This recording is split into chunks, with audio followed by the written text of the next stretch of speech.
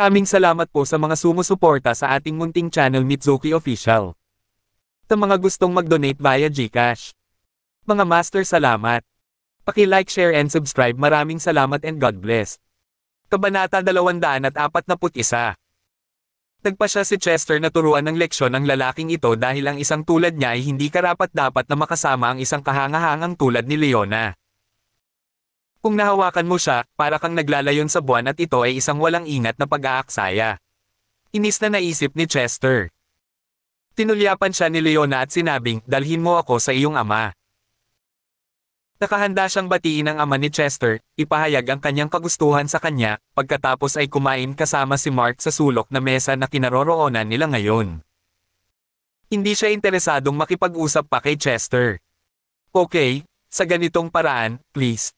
Takaibuturan, galit na galit ang naramdaman ni Chester. Marky, sumama ka sa akin. Lumingon si Leona kay Mark at said. Siyempre, walang pagtutol si Mark at sumunod kay Leona. Kumunat ang noo ni Chester, sino ito? Hindi niya mapapayagan si Leona na magdala ng ibang tao sa harap mismo ng kanyang mga mata. Dapat tinuruan niya siya ng leksyon. Pamangkin ko, Mark Orleans. Tagot ni Leona, hindi na siya malumanay.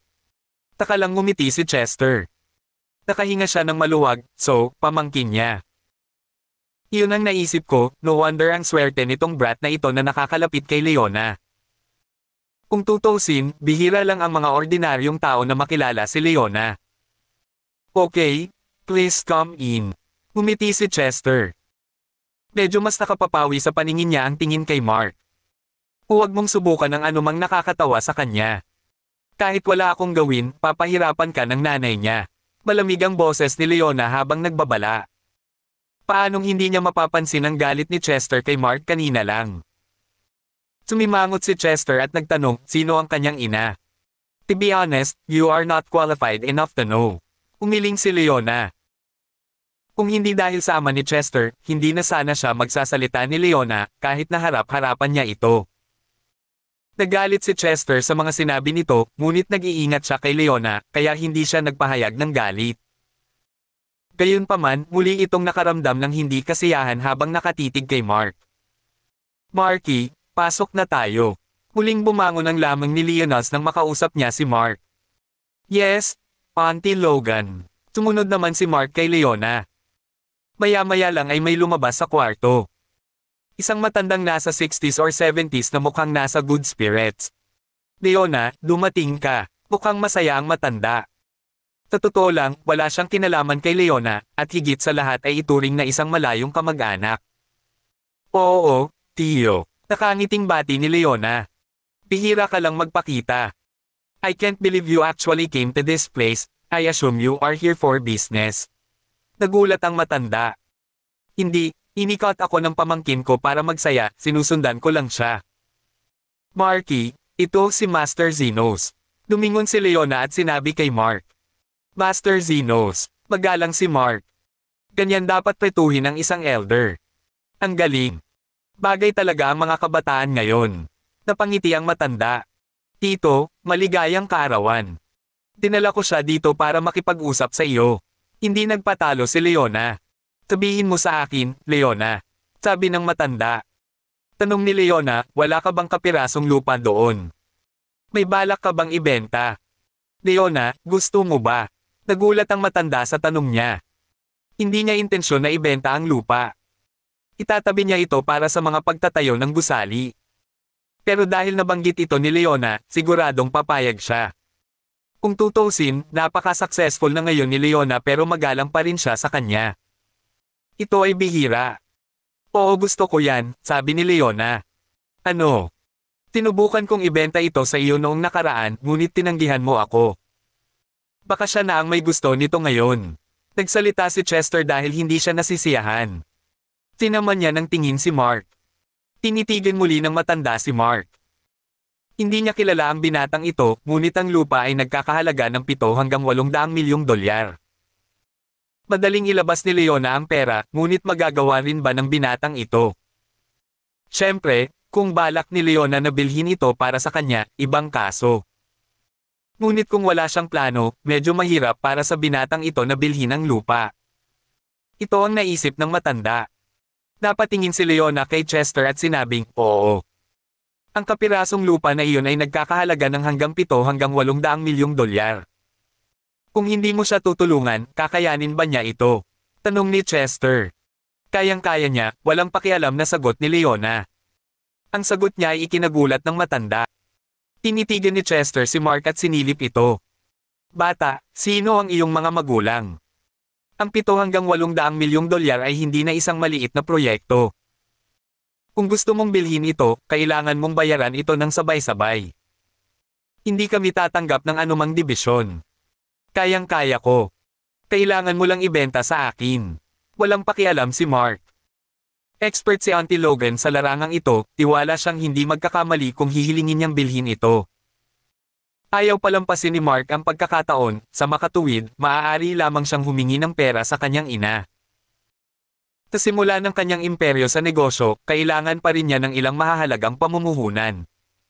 Ganun ba siya kikaye? Napaisip si Chester at mas lalo pang naguluhan.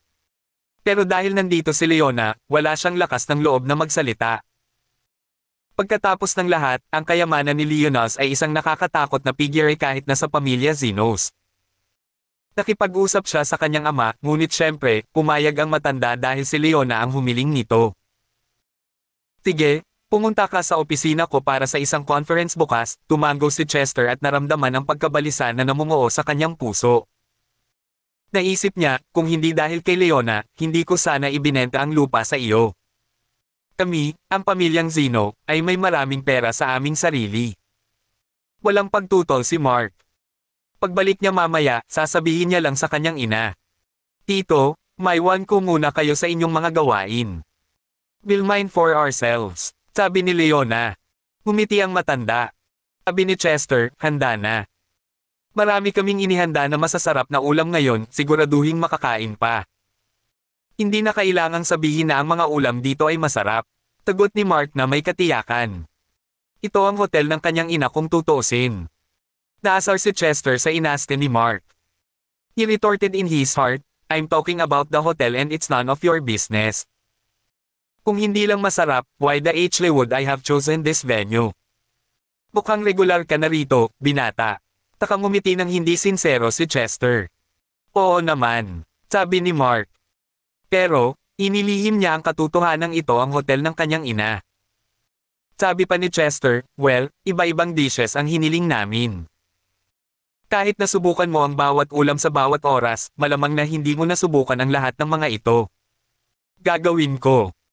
Auntie Logan, punta na tayo dyan.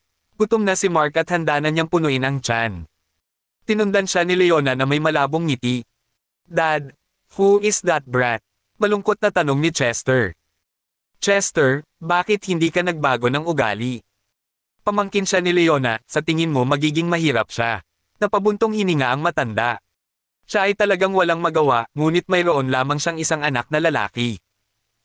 Gayunpaman, ang anak niyang ito ay isang pagkabigo. Alam niya lamang kung paano magpakasawa sa kasiyahan at saya habang minamaliit ang lahat. Ang pagkakaroon ng pagpapalaki ng gayong anak na lalaki, may masamang mangyayari maaga o huli. Lalong naguluhan si Chester. Dad, ano ang kinakatakutan mo? Hindi ba ikaw ang tiyuhin ni Leonas? Paano siya maglalakas loob na gumawa ng anumang bagay laban sa iyo? At paano kung mababa ang tingin ko sa kanya?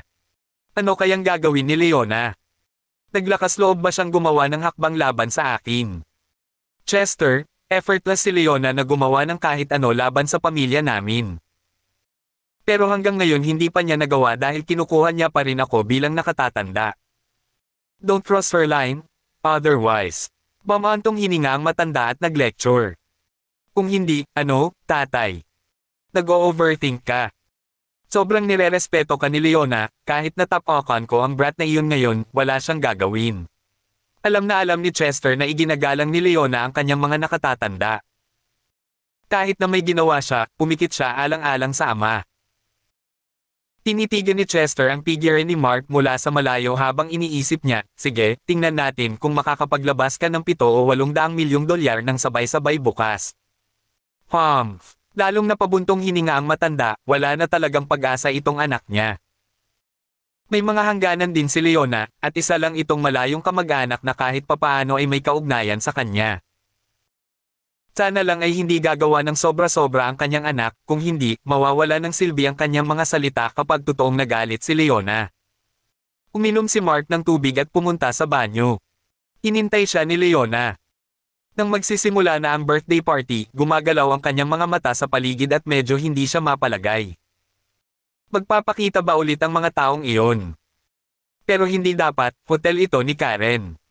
Walang pwedeng manggulo sa lugar ni Karen. Anong ginagawa mo? Hindi ka man lang makapaghain ng alak. May mga walang kwentang waitress lang ba ang hotel na ito tulad mo? Nagalit si Chester, na patungo sa banyo, dahil may babaeng kumatok sa kanya at nabuhusan ng red wine ang mamahaling suit niya. Ang waitress pala ay si Quinay na pumasok sa trabaho ng part-time. Pero hindi niya kasalanan. Si Chester ang nakabangga sa kanya dahil masyado siyang naabala sa mga magagandang babae sa paligid niya. Umalis ka dito, saway ni Chester. Birthday party iyon ng kanyang ama, at ayaw niyang magkaroon ng gulo. Yes, sir. Tumanggaw si Quinay na may hinaing. Pinuhat niya ang tray at pumunta sa likod para linisin ang kalat. Gayunpaman, nalaman ni Chester na ang kanyang suit ay nawasak. Nagalit siya at tumahol, gusto kong makita ang manager mo. Ang aking suit ay nagkakahalaga ng higit sa $1,000,000. Takot na takot si Quinay. Mga ganyang mamahaling damit. I'm sorry, punta ka dito. Ako na ang maghuhugas para sa iyo. Chitty. Maaari ko pa bang isuot ito pagkatapos mong hugasan? Kwalipikado ka bang maghugas nito? Kunin ang iyong manager. Kung hindi birthday party ng tatay ko ngayon, isa kang kapirasong patay na karne. Right now, saway ni Chester. Sa sobrang takot ni Quinay ay tumulo ang kanyang mga luha. Ito ay nagkakahalaga ng higit sa $1,000,000, paano niya kayang bayaran? Sa oras na ito, lumabas si Mark sa banyo, at nakita niyang lumuluha si Quinay. Nagulat siya, pagkatapos ay lumapit siya sa kanya at tinanong, Quinay, bakit ka nandito? Natigilan si Quinay nang makita siya at mas lalong bumagsak ang mga luha niya. Lumapit sa kanya si Mark na may masakit na puso. Mahinang pag-aalo niya, okay lang, okay lang. Anong meron? Humihikbi si Quinay. Napangisi si Chester. Nakilala ni Mark ang isang hamak na waiter. Dumura siya, okay lang. Kaibigan mo siya, hindi ba? Nabuhusan niya ako ng red wine ngayon lang. Ito ay isang $1,300,000 na suit, at ito ay custom made. Isipin mo kung ano ang dapat mong gawin. Pagkatapos ay sinabi niya sa kanyang puso, kung hindi dahil sa katotohanan na ikaw ay pamangkin ni Leona, matagal na kitang pinaulanan ng sipa. Kabanata 242. Naintindihan naman ni Mark ang nangyayari, pero bakit si Quinay ay nabuhusan siya ng alak ng walang dahilan? Bilang part-timer, dapat maging maingat si Quinay. Ito ay tiyak na hindi kasing simple ng tila. Sumakit ang puso ni Mark nang makitang tumutulo ang luha ni Quinay. Kung tutusin, kinuha ni Mark ang virginity ni Quinay. Quinay, hindi mo sinasadya, di ba? Malumanay na tanong ni Mark sa kanya. Ako. May daladalang alak nang bigla niya akong bumangga. Sabi ni Quinay habang pinupunasan ang kanyang mga luha at umiling. Alam niya na lahat sila ay mayayamang tao na hindi niya kayang masaktan, at naging alerto siya sa bawat galaw niya. Well, magiging okay na ito. Pag-aalo ni Mark sa kanya. Tahimik na umiyak si Quinay, sobrang init at aliw sa kanya ang console ni Mark. Magiging okay din. Hindi mo ba narinig ang sinabi ko? Ang suit ko ay, hindi makapaniwalang ngisi ni Chester. Okay lang. Paanong naging posible iyon?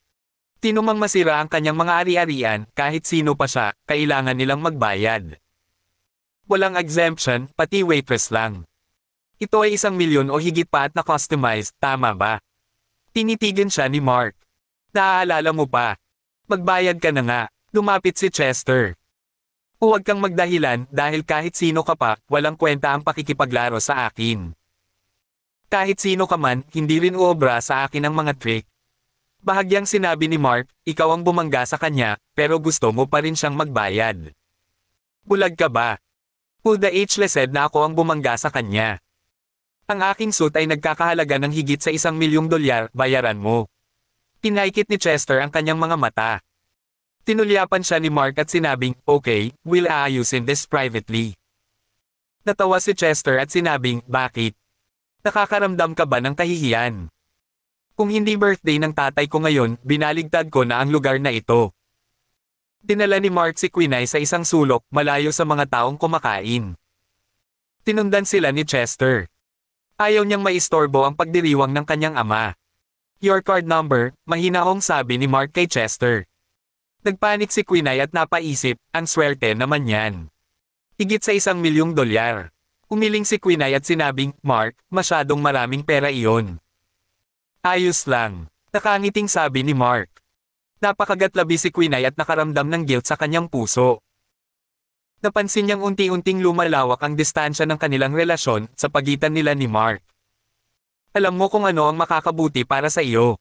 Ngumisi si Chester. Naisip niya, subukan mong huwag magbayad at pahihirapan kita. Tinabi niya kay Mark ang numero ng card at inilipat ito ni Mark sa kanya ng naaayon. Matapos matanggap ang pera, ngumiti si Chester ng may kasiyahan. Susunod, hilingin mo sa kaibigan mong waitress na mag-ingat. Isaalang-alang ang iyong sarili na maswerte sa oras na ito. Maaaring hindi ito kasing simple ng pagbabayad sa susunod, sabi niya. Pagkatapos noon, babalik na sana siya sa handaan, ngunit pinigilan siya ni Mark habang mahinahong sinabi, nabayaran ko na ang pagkawala mo. Hindi pa tapos. Hindi pa tapos. Nilinggan ni Chester ang kanyang ulo na may masamang tingin sa kanyang mukha. Kung gayon, sabihin mo sa akin, paanong hindi pa ito tapos? Nabayaran na kita ng kabayaran. Kaya una, habarin mo na ang damit mo ngayon. Nabili ko ang iyong mga damit sa halagang $1,300,000 at akin na ito ngayon. Bakit mo sinusuot ang damit ko? Tanong ni Mark. Ahaha.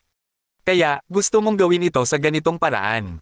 Sabi ni Chester sa mapaglarong tono. Marami na siyang nakitang mga panlilinlang na tulad nito, ngunit walang sino man ang matagumpay na nagpahubad sa kanya ng kanyang damit. Hindi ka qualified para habarin ako ng damit. Ingatan mo na lang ang girlfriend mong waitress. Nakangiting sabi ni Chester. Nabangga mo siya at natapon ang alak. Kailangan mong pagbayaran ito. Nagpatuloy si Mark, hindi pinapansin ang kanyang mga salita. Haha, umagalpak ng tawa si Chester na parang nakarinig ng biro. Gayunpaman, idinagdag ni Mark, ang alak ay natapon kung saan-saan at nadumihan ang sahig. Kailangan mo ring pagbayaran iyon. Haha, panunuya ni Chester, sabi mo gusto mong habarin ko ang damit ko, sa pilitin na dahilan. Pinabayad mo sa akin ang alak, sa pilitin din namang dahilan. Pero sa pagbolam ng sahig, ano ang ginagawa? May kinalaman yan sa'yo. Sa iyo ba ang sahig? Masyadong kawili-wili ang biro na ito. Bigla niyang naramdaman iyon. Baka mabaliw sa ulo ang pamangkin ni Leona.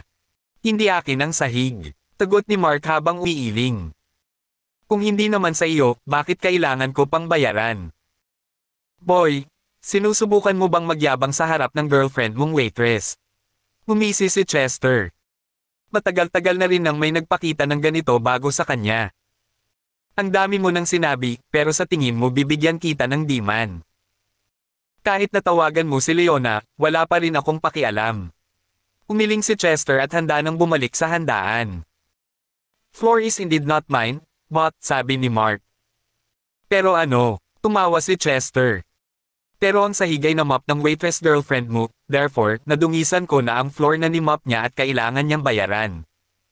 Haha, gusto niya talagang tumawa ng malakas. Hindi, ang sahig ay hindi akin, ngunit ito ay pag-aari ng aking ina, malinaw na sabi ni Mark. Ang iyong ina, taglit na natigilan si Chester at agad na kumunat ang noo. Napatulala si Quinay sa narinig. Anong ibig niyang sabihin? Ang sahig ay pag-aari ng ina ni Mark. Napaisip si Quinay. Anong ibig mong sabihin? Sa nanay mo ba itong restaurant? Nagdududa na tanong ni Chester. Oo, at gayon din ang hotel na ito, sagot ni Mark. Laking gulat ni Quinay. Napabulalas siya sa kanyang puso, ano? Ang hotel na ito ay pagmamayari ng ina ni Mark. Paano ito posible? Umiling si Chester at sinabi sa mas kainahinalang tono, narinig ko na ang tungkol sa hotel na ito. Ito ay binili ng isang babaeng nagngangalang Karen Lee na may mahigit 3 bilyon. Nanay mo ba ang babaeng ito? Nagbibiro ka ba? Siyempre, alam niya ang tungkol dito. Kaya lang hindi siya imbitado noong hotel ang nag-set up ng handaan. Hindi ako nagbibiro, si Karen Lee ang nanay ko, mahinahong sabi ni Mark. Tatingin mo ba maniniwala ako sa mga salita mo? Hindi na nagulat si Chester at napangisi na naman siya. Para magkaroon ng 5-star hotel na tulad nito, ang iyong asset ay dapat na hindi bababa sa 10 bilyong dolyar. Tatingin mo ba ay maniniwala ako na mayroon kang isang mayaman na ina? Tanay ka na ba sa sobrang bongga? Kung sasabihin mong si Leonas iyon, maniniwala ako ng walang pag-aalinlangan, ngunit sa iyong ina. Tatingin mo. Young master. Lumapit ang manager ng restaurant at magalang na tinawag si Mark. Tumanggaw si Mark sa manager bilang pagsang-ayon. Young master, anong nangyayari? May kailangan ka ba? Tanong ng manager. Kung hindi mo gusto ang mga ulam ngayon, ipapagawa ko sa kusina ang iba para sa iyo. Karamihan sa mga lutuin ngayon ay bahagyang tinimplahan. Akala niya hindi sanay si Mark. Wala akong kailangan, ituloy mo ang trabaho mo. Umiling si Mark at pinalis siya. Okay, let me know if you need anything, nakangiting sabi ng manager. Pagkatapos, sinabi niya kay Chester, Mr. Zenos, ano sa tingin mo ang handaan ngayong gabi? Natarante si Chester. Ang manager na ito ang nag-usap sa kanya tungkol sa pagpaplano ng handaan. Kung si Mark ang tinutukoy niya bilang young master, pagmamayari ba talaga ng kanyang ina ang hotel na ito? Si Karen Lee kaya ang kanyang ina. Ang taong labis na nabigla ay si Quinay. Kamakailan, biglang yumaman si Mark. Akala niya ay dahil may nakilala si Mark na may mataas na katayuan, ngunit ito pala ay isang mayamang pangalawang henerasyon si Mark. Isang napakayamang pangalawang henerasyon. Itong malaking agwat sa pagitan ng kanilang mga status ay nagpahiya kay Quinay. Mabuti naman ngayon, napakahusay ng pagkakaayos ng handaan, sabi ni Chester. Kung gayon, ipaubaya ko na kayo sa inyong mga gawain. Nakangiting umalis ang manager. Tinitigan muli ni Chester si Mark.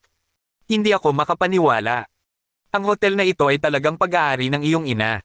Magbayad ka na, sabi ni Mark. Pero, paano kung ganoon nga? Ngumisi si Chester. Ano naman? 10 bilyong asset ang nanay mo, kaklase ko. Ano ang big deal? Napaisip si Chester. Kung kay Leona iyon, I would probably show her some respect. Pero hindi ko alam kung sino si Karen Lee at gusto mong bayaran ko. Haha, ano bang maganda sa pagkakaroon ng 5-star hotel? Natatawang sabi ni Chester sa kanya. Dahil lang sa hindi siya kasali sa industriya ng hotel, kung gugustuhin niya, kahit 5-star hotel na lang. Dahil may nagawa kang mali, dapat mong pagbayaran iyon. Wala itong kinalaman sa pagiging mahusay. Umiling si Mark. Well, guess what? Hindi ako nagbabayad. Ano ang gagawin mo dito? Gusto mong habarin ko ang aking mga damit, hilingin sa akin na magbayad para sa alak, at kahit na magbayad para sa sahig. Sino ka sa tingin mo? Hindi ako nagbibigay ng diman. Hayaan mong sabihin ko sa iyo, kung akitin mo pa ako, hindi ko nababayaran ang handaan ngayong gabi. Napangisi si Chester. Maaari mong subukang gawin iyon, walang pakialam na sabi ni Mark. Gusto mo ba akong takutin? Naiinis na sabi ni Chester. Tumalikod na siya at babalik na sana sa handaan, ngunit paano siya papayagan ni Mark na kumilos ayon sa gusto niya? Lumapit si Mark at pinigilan siya. Tumawa ng malakas si Chester at itinaas ang paa para sipkain siya. Sa sobrang takot ni Quinay ay tinakpan niya ang kanyang bibig. Ang lakas ng loob mong hamarang sa daraanan ko, tatadyakan kita hanggang mamatay. Tinipa siya ni Chester. Naging yelo ang tingin ni Mark at handa na itong maghatid sa kanya ng suntok. Hindi naging problema para kay Mark na lumaban sa 2 o 3 lalaki tulad ni Chester. Chester Zenos, you dare to seek him. Isang boses ang biglang nagmula sa likuran. Kumunat ang noo ni Chester at lumingon para makitang si Leona iyon. Tumigil si Mark. Kung tutusin, kamag-anak pa rin ni Leona si Chester. Leona, sige sabihin mo sa tatay ko kung gusto mo. Tisipain ko siya ngayon, ano ang gagawin mo laban sa akin? Humisi si Chester at ipinagpatuloy ang kanyang pagsipa. Tinong niloloko niya. Ang kanyang ama ay ang nakatatanda ni Leona. How would she dare to do anything to him just for a brat? Kabanata 243. Tigaw ni Chester. Sa sandaling lumawak ang paa Chester, naramdaman niya ang matinding sakit sa kanyang balikat. Tumingin siya sa paligid at nakita niya ang kamay ni Leonas na humawak sa balikat niya. Napakasakit ng pagkakahawak niya. Leona, anong ginagawa mo? Sasampalin mo ba ako? Huwag mong kalimutan na ang tatay ko ang Bago pa matapos ni Chester ang kanyang mga salita, inilabas ni Leona ang kanyang lakas at inihagis si Chester sa lupa. Masakit na muntik nang ma-blackout si Chester. Nagulat si Quinay. Ito ay isang malaking tao na halos 1.8 metro ang taas. Paano siya itinapon sa lupa ng ganito? Kung hindi dahil kay Tio, matagal na kitang pinatay. Umiling si Leona. Ang malamig niyang boses ay natakot kay Chester. Hindi niya makita ang mga mata ni Leonas. Masyadong nakakatakot ang tingin sa mga mata niya. Bumangon siya mula sa lupa. Leona, hinihintay ko kung paano mo ito ipapaliwanag sa tatay ko. Tatawagan ni Chester ang kanyang ama. Naisip niya, joke ba iyon, Leona? Ang tatay ko ang nakatatanda sa iyo, ngunit naglakas loob kang itaas ang kamay sa akin. Kahit na sabihin mo na papatayin mo ako. Tinitigan siya ni Leona ng mataman gamit ang magagandang mata, nanginginig si Chester at napaatras. Leona Logan, naglakas loob kang saktan ulit ako. Anong nangyayari, Marky? Nilingga ni Leona si Mark at malumanay na nagtanong. Kinuwento sa kanya ni Mark ang nangyari. Tumanggaw si Leona at naglakad patungo kay Chester. Gawin ang ayon sa sinabi ni Marky. Leona, how dare you? My dad is your... Ouch! Bago pa man matapos ang sasabihin ni Chester ay kinurot na ni Leona ang leeg niya. Si Chester ay natakot at nakaramdam ng takot sa kamatayan. Walang kwenta kahit si Uncle ang dumating para iligtas ka. Dapat hindi mo na sinubukang sip-ain ang Marky ko, hindi siya pwedeng sip-ain. You're not even allowed to touch a single strand of his hair. Ang malamig na boses ni Leona. Unang nakita ni Mark si Leona na ganito. Ibang-iba ito sa karaniwan niyang kabaitan. Napansin ni Mark ang kanyang kakayahan sa pakikipaglaban, at sigurado, si Leona ay isang dalubhasa sa pakikipaglaban. As long as she feel like it, kahit ito ay isang katulad ni Chester, maaari niya itong patayin kaagad. No, I'm sorry. Leona, I was wrong. Babayaran ko ito, mariing sabi ni Chester. Tinitigan ni Leona si Mark. Magkano ang kailangan mo, Marky? $3 milyong ang dapat gawin, nag-isip sandali si Mark at sinabi. Galit na galit si Chester. $3 milyong. Tapat na ba, Marky? Tanong ni Leona, maganda at malumanay ang boses. Oo, naramdaman ni Mark na halos sapat na ang $1.7 milyong bilang kabayaran. Okay, pagkatapos ay tinitigan ni Leona si Chester gamit ang kanyang nakamamanghang ngunit malamig na mga mata. Sabi ni Marky gusto niya ng 3 milyon, ilipat mo. Pinitawan siya ni Leona, bumagsak si Chester sa lupa at umubo ng masakit.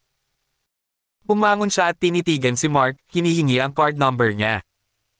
Hiniling ni Mark kay Quinay na ibigay kay Chester ang kanyang card number, ngunit si Quinay ay tulala pa rin.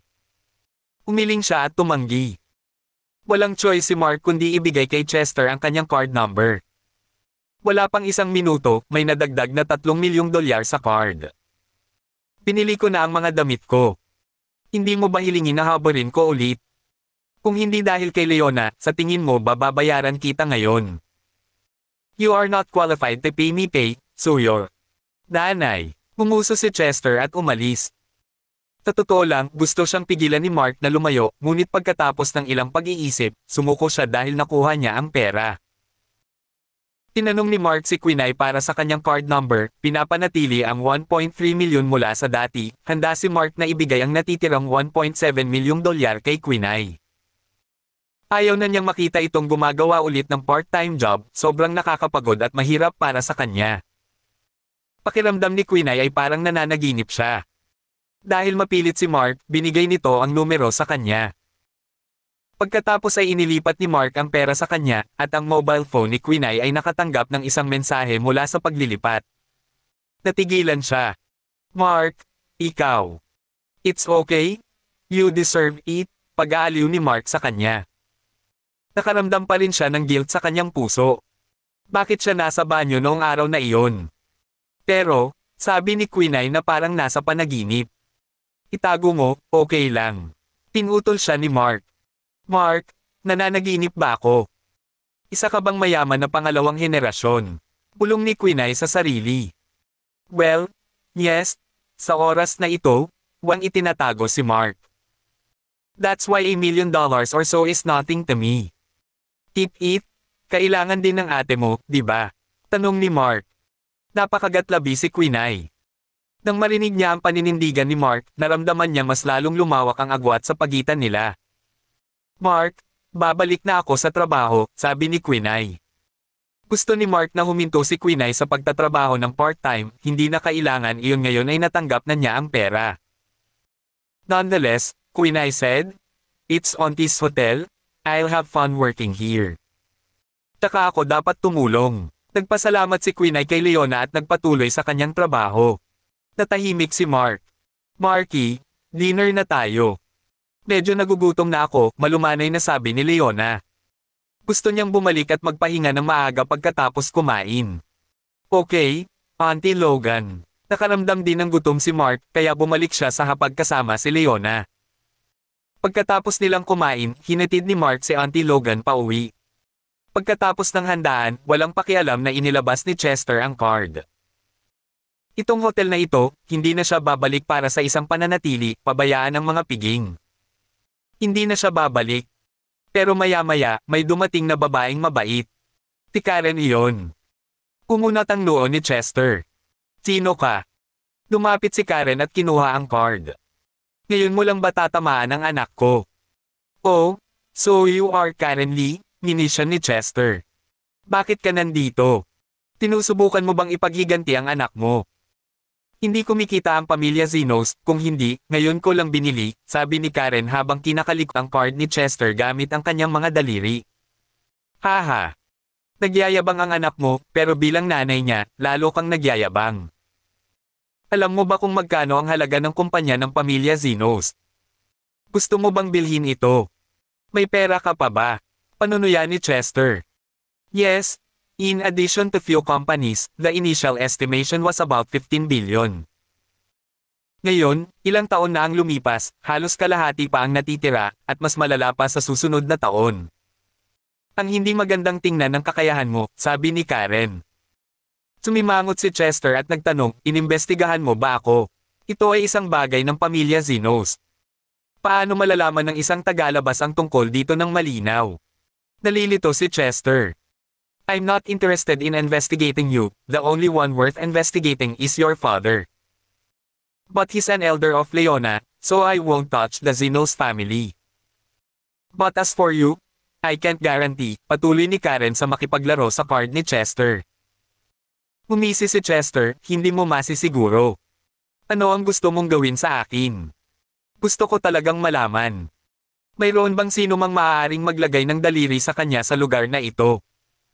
Napaisip si Chester. Napalingon si Chester at agad na natakot dahil may grupo ng mga lalaking nakaitim na nakatingin sa kanya mula sa likuran. Nakakatakot ang mga mata nilang nakapatay na halos naiihinan niya ang sarili. Sino ang mga taong ito? Napaisip siya. Kahit plutocrat, pawis na pawis ang likod niya. Ang ganoong grupo ng mga tao, para silang mga killing machine, hindi pa siya nakakakontak sa mga taong tulad nila. Anong gusto mong gawin? Patayin mo ako. Galit na galit si Chester. Papatayin kita. Sa tingin mo ba karapat-dapat kang patayin ko? Umiling si Karen at sinabing, gusto ko lang malaman mo na hindi ka kwalipikadong ipaglaban ang anak ko. May kung anong lamig na bumangon sa kaibuturan ng kanyang puso. Bumigay ang mga paa ni Chester at napaupo siya sa lupa, nanginginig ang buong katawan. Sa sandaling ito, naramdaman niyang nasaktan niya ang isang tao na hindi niya dapat gawin. Hinatid ni Mark si Leona pauwi. Balak na niyang umuwi dahil wala naman siyang balak na gawin dahil sa kasalanan niya kay Lilibeth. Para sa susunod na araw, napagpasyahan niyang bilhin ang lupa kay Chester. Tungkol naman sa pera, hihingin niya ito sa kanyang ina kinaumagahan. Pagkatapos ay ipapadala niya si Yolanda sa lupaing iyon at tingnan kung ano ang maaaring gawin. Marky, ako na ang magdadrive. Biglang sabi ni Leona. Nagulat si Mark at huminto siya sa gilid ng kalsada. Marky, halika nga dito. Sabi ni Leona. Tumango si Mark, binuksan niya ang pinto at lumabas. Inilipat ni Leona ang katawan niya mula sa passenger seat papunta sa driver's seat. Si Mark nakakadating lang ay nakita niya ang mahaba at patas ni Leona. Nakalabas ang binti dahil sa paggalaw na ito. Hindi napigilan ni Mark na mapanganga. Marky, pasok ka, sabi ni Leona. Natauhan si Mark, binuksan ang pinto at umupo sa passenger seat. Ang kanyang isip ay puno ng mga imahe mula sa nakaraan. Hindi niya maiwasang mapatitig kay Leona sa tabi niya. Pero sa kasamaang palad, natakpan na ng laylayan ng palda niya ang eksena kanina pa. Biglang nagmaneho si Leona at ikinagulat nito si Mark. Tinanong niya si Leona, "What's wrong?" Ang bilis kasi nilang magkarera. Biglang nabangga ang sasakyan nila. Kumunat ang noo ni Mark at lumingon para tignan. Laking gulat niya dahil may 4 na sasakyan na walang ingat na nagmamaneho sa likuran nila. Medyo walang laman ang kalsadang tinatahak nila sa buong panahon at suburban area lang iyon na nadaanan nila. Ano ang balak gawin ng mga taong ito? Mga tauhan ba sila ni Chester? Inis na inis si Mark. Marky, sit tight. These people are all looking for me. Sorry to get you into trouble, nakaramdam ng sama ng loob si Leona. Habang kumakain siya kanina ay hindi na siya mapakali. Kaya naman, gusto niyang umuwi ng maaga. Ngunit ito ay walang silbi, ang mga taong ito ay kumilos na. Umiling si Mark. Tita Logan, mga kaaway mo ba ang mga taong ito? May nangahas bang umatake kay Auntie Logan? May death wish ba sila? Muling umabant ang sasakyan sa likod. Feeling intense shot out of Leona's eyes and she increased her driving speed. Bumilis ang sasakyan sa kalsada. Ngunit sa kalsada, biglang sumugod ang isang forklift at hamarang sa kanilang dinadaanan. Biglang natapakan ni Leona ang preno at huminto ang sasakyan. Tumingin siya sa likod at nalaman niyang ang likuran ay direktang nakaharang ng mga sasakyan ng kalaban. Napapaligiran sila. Nanlamig ang mga mata ni Leonas, ngunit malumanay niyang sinabi kay Mark, "Huwag kang matakot, Marky. Manatili ka sa kotse at hintayin mo ako." Pinuksan ni Leona ang pinto nang magsalita siya. Kabanata 244. Talagang natakot si Mark sa kasalukuyang sitwasyon. Ito ang unang pagkakataon na nakatagpo siya ng ganoong sitwasyon. Ang kalsada ay hinaranggan ng isang excavator at may ilang sasakyan sa likuran nila. Tao si Mark, natural lang sa kanya ang magpanik pero naka-recover siya kaagad. Nang makita niyang lalabas na si Leona, hinawakan siya ni Mark sa kamay. "Tita Logan, huwag kang lumabas dyan." Naisipan ni Mark na paalisan ang sasakyan nila sa gilid. Kung hindi, sa napakaraming tao sa likod ng mga sasakyan, maaaring ito na ang katapusan nila. "Don't be afraid, Marky. I'll go out and handle them." Inabot ni Leona at hinawakan ang noo ni Mark para aliwin siya. "Tita Logan, hindi po ako natatakot. Nag-aalala lang po ako na may mangyaring masama sa inyo," sabi ni Mark. Napakaraming tao, maaaring umabot sa 100, at tiyak na handa silang dumating. Natigilan si Leona at napangiti bigla. "Huwag kang mag-alala, magiging maayos din ako." Paanong hindi mag-aalala si Mark? Alam niya na si Leona ay isang dalubhasa sa pakikipaglaban, ngunit siya ay outnumbered. Imposibleng matalo niya ang napakaraming tao gamit ang kanyang mga hubad na kamao. "Tita Logan, saglit lang. Kamahan na kita lalabas," giit ni Mark. Paano niya hahayaan ang babaeng tulad ni Auntie Logan na makalabas doon mag-isa? Itong bata. "Don't worry." Ay, nakangiting sabi ni Leona. Hindi man lang siya naabala sa mga taong ito. "Tita Logan." Seryoso ang mga mata ni Mark habang pinuputol siya. Anyway, hinawakan niya ang kamay ni Leonas at hindi siya binitawan. Lamambot ang puso ni Leona, tunay na dalisay at simple ang batang ito. "Tatawagan ko ang aking ina at hihilingin sa kanya na magpadala ng isang tao." Hindi pa rin bumibitaw si Mark. Mabilis niyang inilabas ang phone niya gamit ang kabilang kamay at tinawagan ang kanyang ina. Maya-maya lang ay konektado na ang tawag. "Marky, are you home? Let me tell you, It was, boses ni Karen. "Nay, pinaliligiran kami ni Auntie Logan ng may excavator pa uwi. Bilisan mo at magpahatid ka, napanganga si Mark sa labas. Dalawang malalakas na lalaki ang tumalon pababa mula sa excavator na may hawak na mga bakal na tubo. Bago pa matapos ni Mark ang kanyang mga salita, narinig niya ang tunog ng takong ni Karen sa telepono. Nagmamadali siyang maglakad. Marky, huwag kang mag-alala. Andyan na ako in 5 minutes, sabi ni Karen.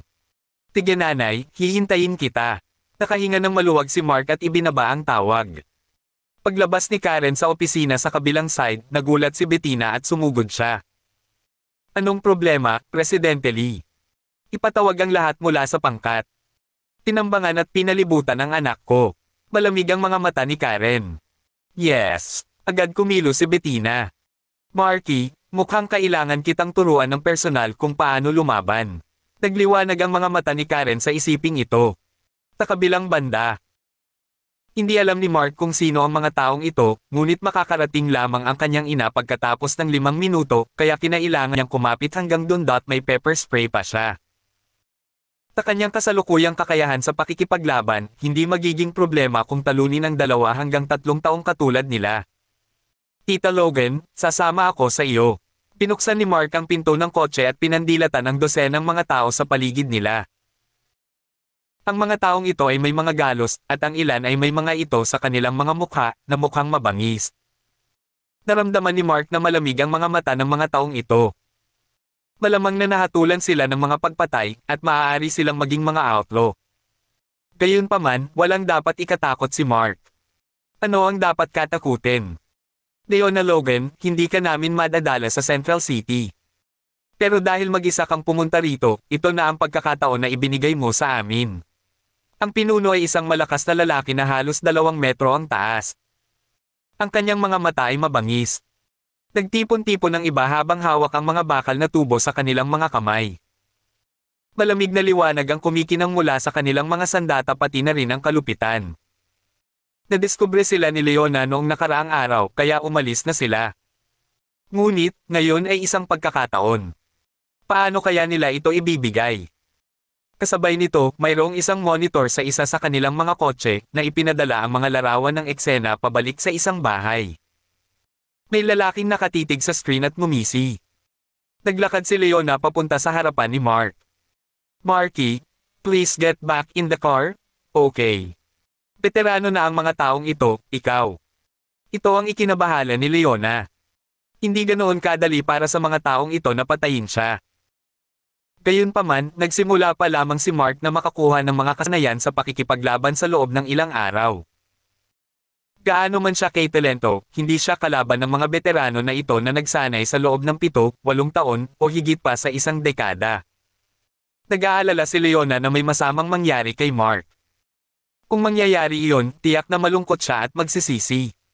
Lihim na hinawakan ni Mark ang spray ng paminta sa kanyang kamay at yumuko para kumuha ng bato sa tabi ng kalsada. Gaano man kalakas ang mga taong ito, imposible pa rin silang makatama ng bato, hindi ba? Haha! Little brat. It's none of your business, kaya umalis ka na. Ngumisi ang isang malaking lalaki. Kaya niyang makipagsabayan sa 10 kabataan tulad ni Mark nang hindi pinagpapawisan. Star ni Mark. Pabulaykin na sana niya si Auntie Logan, ngunit ang grupo ng mga tao ay lumabas sa kalagitnaan. Hinawakan ni Mark ang bato at inihagis sa kanya.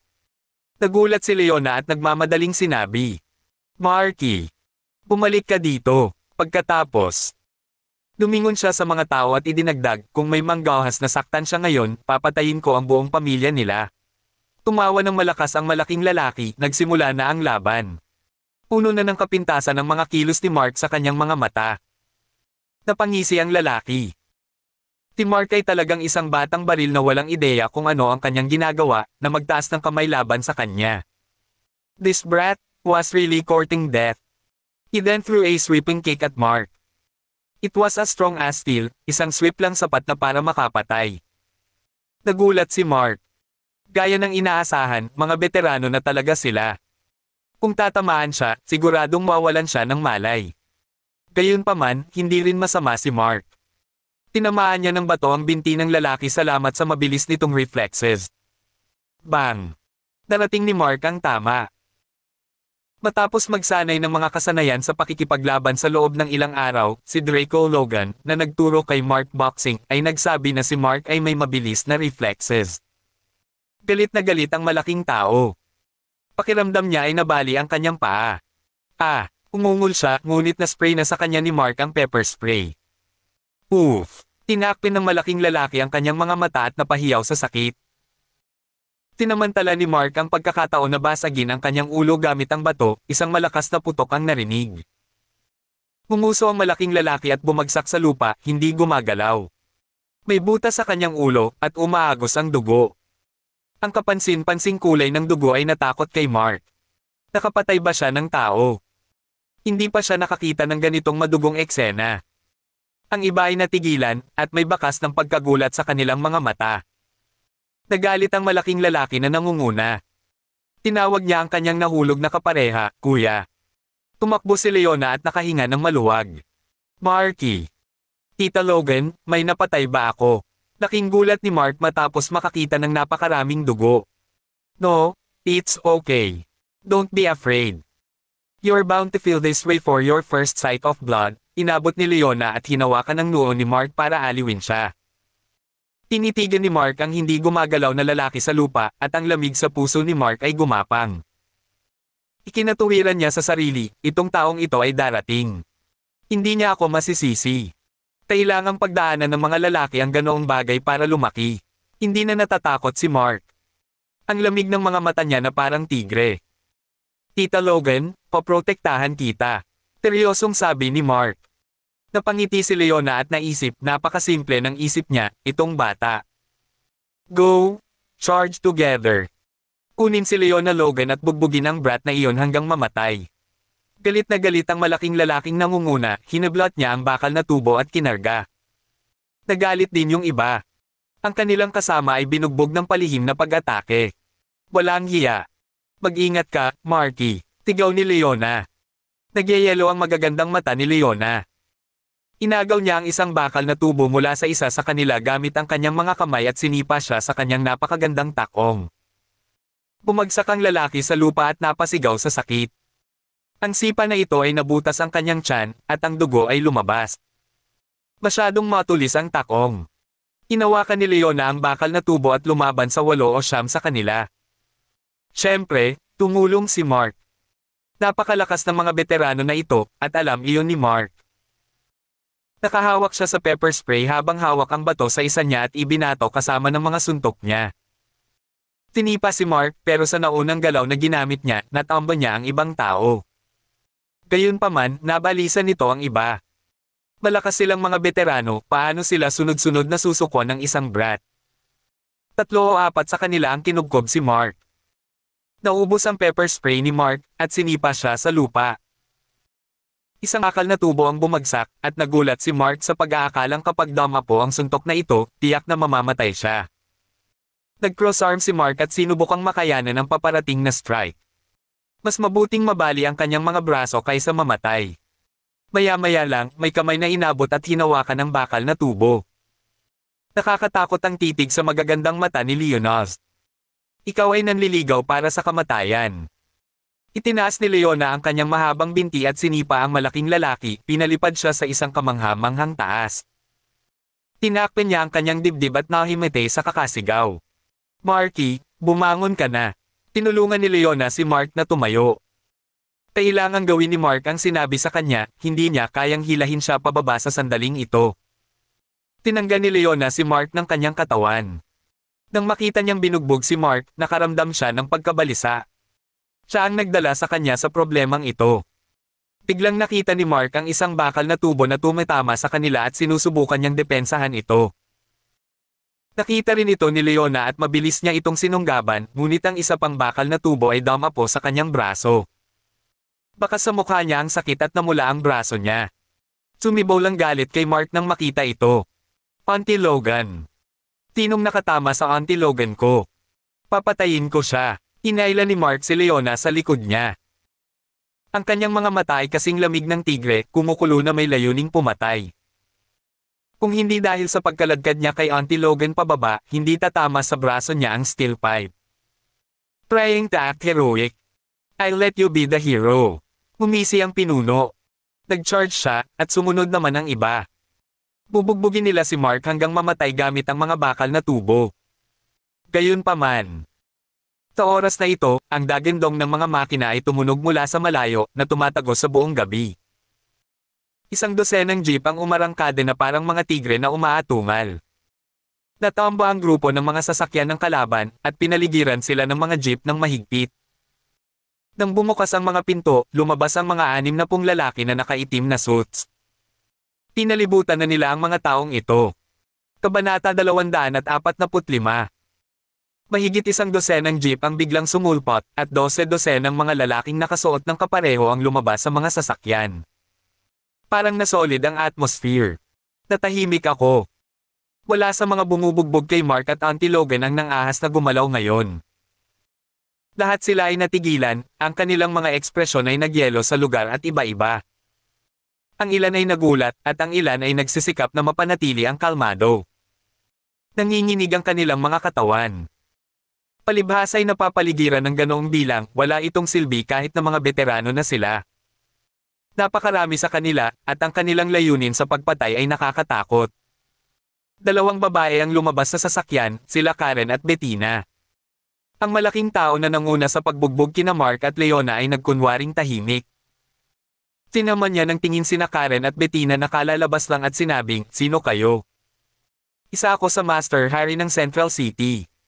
Nagtaas ng kamay si Bettina at sinampal siya. Bago pa matapos ang sasabihin ng malaking lalaki, may nabuong palm print sa mukha niya. Siya ay natisod at bumagsak sa lupa, tumalsik ng isang subo ng dugo, habang ang iba ay na-freeze sa lugar. Ibinagsak ng isa sa kanila ang kanyang bakal na tubo sa lupa, at puno ng takot ang kanyang mukha. "Tayo," sabi ni Bettina. "Sino ka?" "Central City ako." Iniluwa ng malaking lalaki ang dugo sa bibig. Isang sampal lang, nalaglag ang ngipin. Naasar siya. Tinampal ulit siya ni Bettina.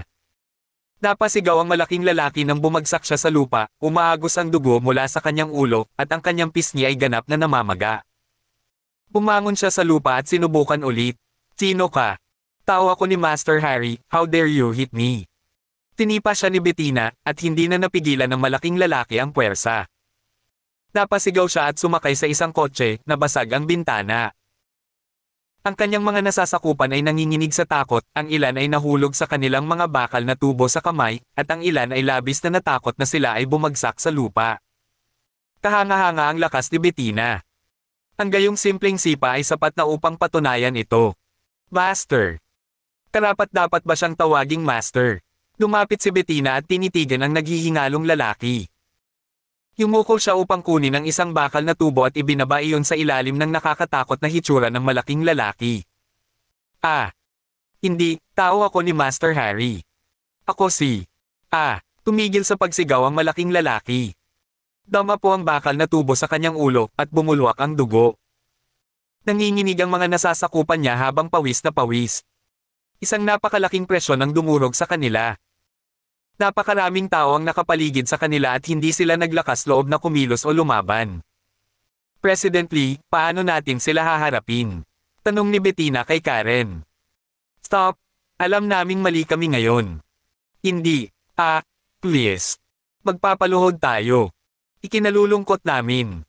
Agad namang lumuhad ang lahat at umiyak ng mapait. Nagsisisi silang nakiusap na puno ng takot ang kanilang isipan. Bakit biglang ang daming tao dito? Hindi ba nakabalik na sa Central City ang mga tao ni Leonos? Pakiramdam nila ay nanaginip sila, ngunit ang panaginip na ito ay masyadong surreal. "Leona, ano sa tingin mo ang dapat nating gawin?" Lumapit si Karen. "Marky, hayaan mo si Marky na magdesisyon." Kanina lang siya nagdusa, puno ng pagkabalisa ang mga mata ni Leonos. Talagang naiinis siya. Nang makita niya si Mark na hamarang sa harap niya at binugbog kanina, talagang nakaramdam siya ng hindi maipaliwanag na sakit sa kanya. Dibdib sa sandaling iyon. Sa totoo lang, ngayon lang sana nakipag-ayos si Leona sa mga taong iyon habang hindi sinasaktan ang sarili. Dahil lang kinubkob si Mark, kaya na-distract siya at nasugatan ang mga braso. Alam din ito ni Mark, kaya lalo siyang nakonsensya. Nataman nila ang Auntie Logan ko. "Nay, punatin mo sila. Malamig ang boses ni Mark. Ngayon lang, natama ng steel pipe si Leona, at labis nitong ikinagalit si Mark. Paano mabubugbog ang isang maselang babaeng tulad ni Leona? Si Mark ay sobrang inis. Isang bakas ng pag-aalinlangan ang bumungad sa mga mata ni Leona. Natigilan si Karen. Muli niyang sinuri si Mark, at naisip, Marky, nahulog ka ba kay Leona? Tuwang-tuwa si Karen, ngunit nang maalala niyang walang nararamdaman si Leona para kay Mark, muli siyang nag-alala. Itinaas ni Karen ang kanyang kamay at sinabi sa walang malasakit na boses, gawin mo ang sinabi ng anak ko, punitin mo sila. Ah, hindi. Huwag naman sana, alam naming mali. Lahat sila ay humingi ng awa kay Mark dahil alam nilang nakagawa sila ng malaking pagkakamali. At ngayon, si Mark lang ang makakapagligtas sa kanila. Ibinaba ni Mark ang ulo at sinulyapan sila. Natakot sila. Pero nang maalala ni Mark kung gaano sila ka-arrogant noong binubugbog nila si Auntie Logan at siya kanina. Hindi napigilan ni Mark na itinuro ang isa sa kanila at sinabing, Nay, siya ang nakabangga kay Auntie Logan kanina. Sige, i-disable ang iba sa kanila. Kung tungkol sa taong ito, putulin mo ang kamay.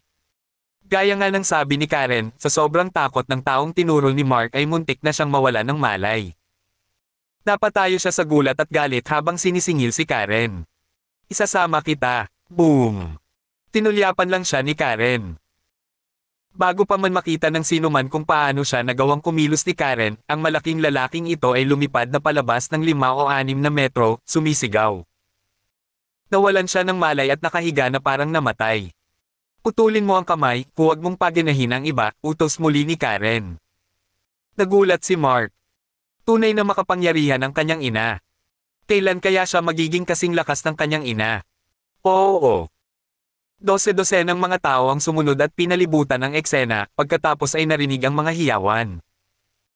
Matapos ang ilang pambubugbog ng mahigit 10 segundo, halos wala ng buhay ang karamihan sa kanila. Ang ilan ay nabali ang mga braso, ang ilan ay ang kanilang mga binti, at ang mga kamay ng lalaki ay naputol. Lumapit si Karen. Leona, Marky, okay lang ba kayong dalawa? Umiling si Leona.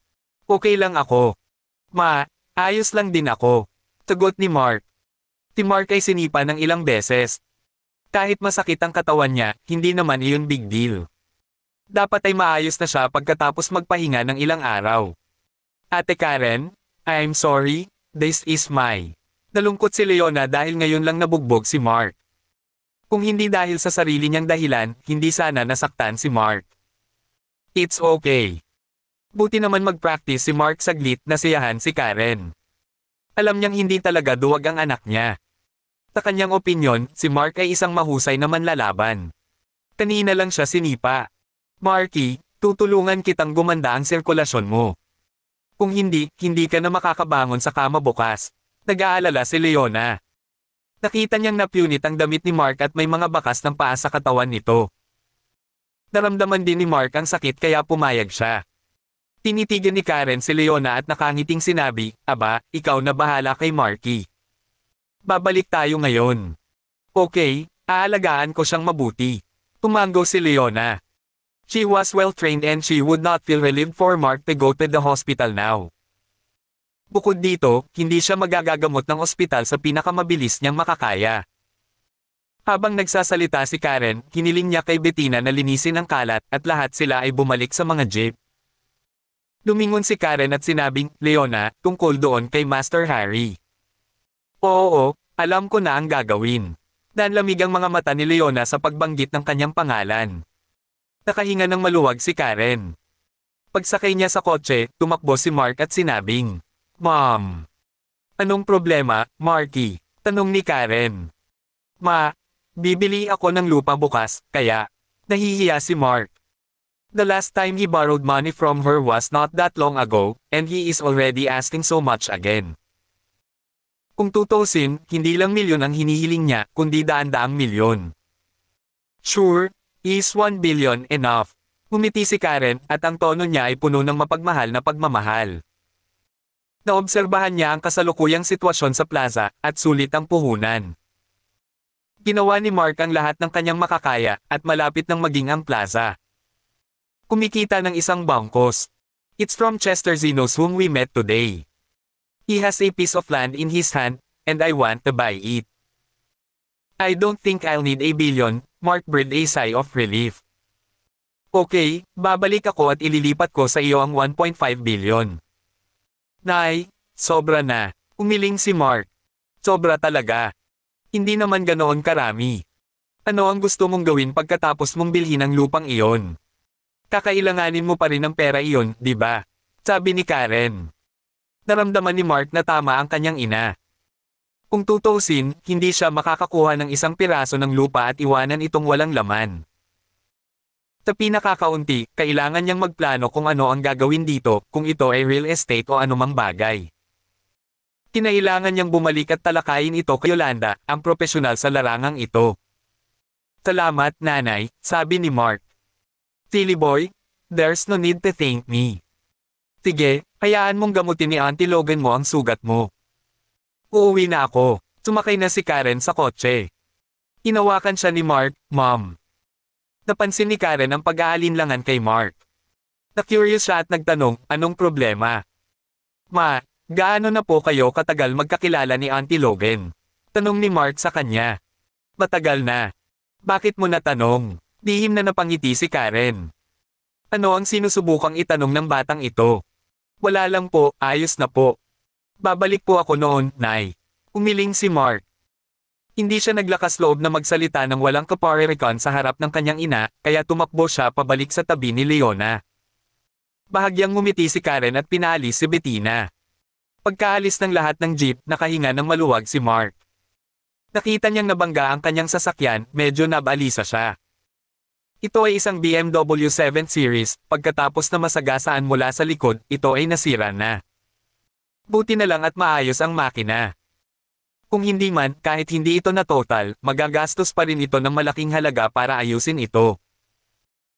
Napabuntong hininga si Mark at pinag-iisipan kung dapat niyang ibenta ito ng direkta at sa halip ay kumuha ng bago. Tumigil na siya sa pag-iisip, mabuti pang bumalik muna siya. Halos hindi mayandar ang sasakyan, ngunit ang gas ay tumutulo sa buong paglalakbay. Nang sa wakas ay nakauwi na sila, pumasok si Mark kasama si Leona. Pagpasok nila sa bahay, seryosong sabi ni Leona, Marky, barin mo yung damit mo at gagamutin ko ang sugat mo. Forget what they doing, keep on